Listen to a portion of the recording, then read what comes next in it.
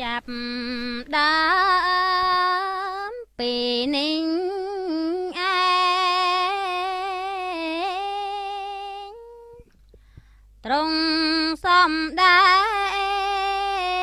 ងធម៌ទេសនាធ្វើ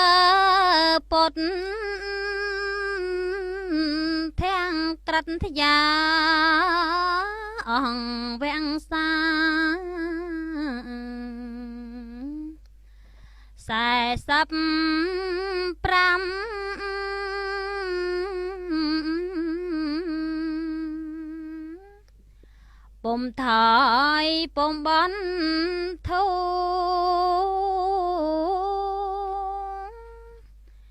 ប្រយោជន៍យូអង្គវែងឆ្នាំសម្រាប់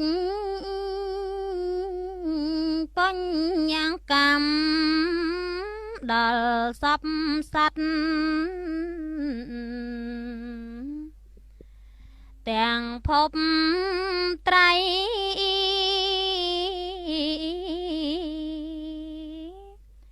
ហេតុនោះអីឡូវនេះ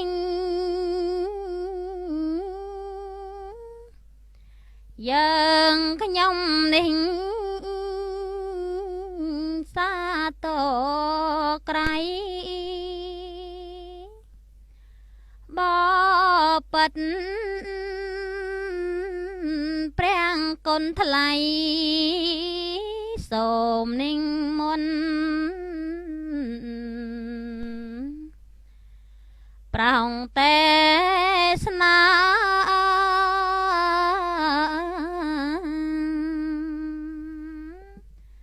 អង្គនុគ្រងពួងបរិស័ទ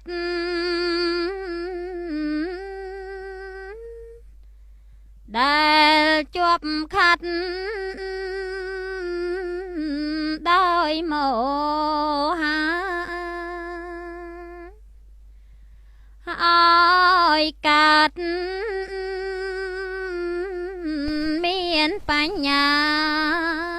ប្រាកដនេះទីនោះ